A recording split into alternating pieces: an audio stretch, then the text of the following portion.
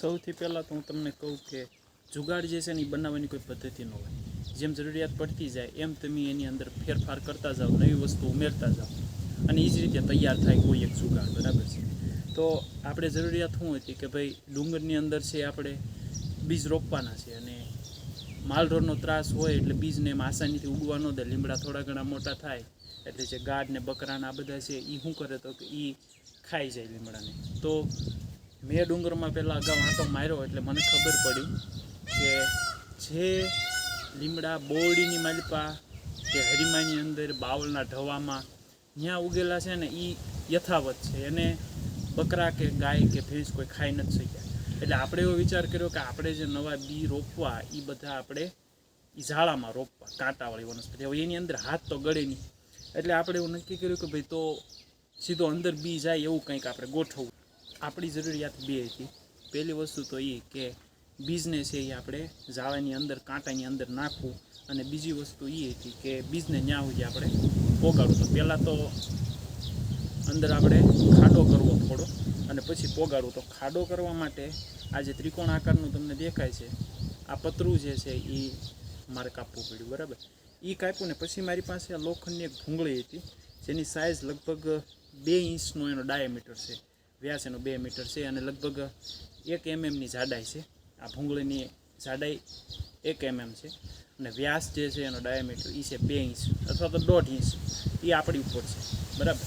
તો એ કરીને પછી મેં શું કર્યું તો કે એ પતરાનું અને ભૂંગળીનું બેયનું અહીંયા વેલ્ડિંગ કરાવી નાખ્યું. બરાબર. પછી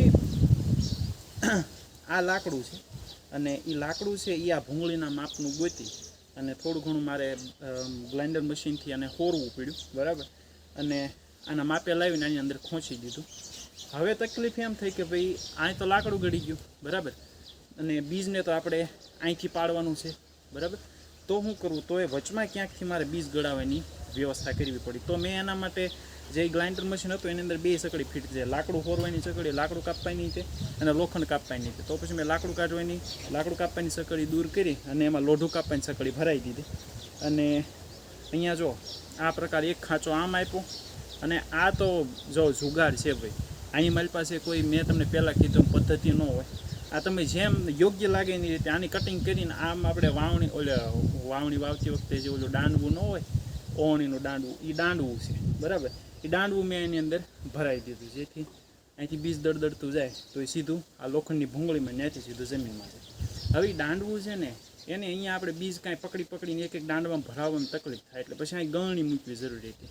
તો ગળણી જે છે એ કાંઈ દુકાન લેવા જવાની જરૂર ન હોય. આપણે જે દવા છાંટવામાં જે કાંઈ ભંભલા આવે એગ્રોઈથી ત્યાંથી ભંભલું, મતલબ મારે પડ્યા હતા ભંભલા ઘરે, તો એક ભંભલું લીધું અને એનું જે ઉપરનો ભાગ છે એ મેં કાપી નાખ્યો આ રીતે.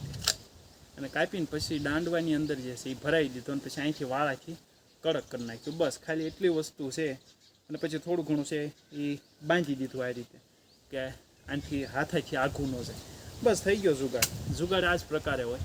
અને જો તમે જાતે ન બનાવી શકો તો તમારી આજુબાજુમાં, તમારા ગામમાં બુદ્ધિશાળી મિસ્ત્રી કોઈ હશે ને તો એ ખાલી આ વસ્તુ જોઈને સમજી જાય કે કેમ બનાવવું.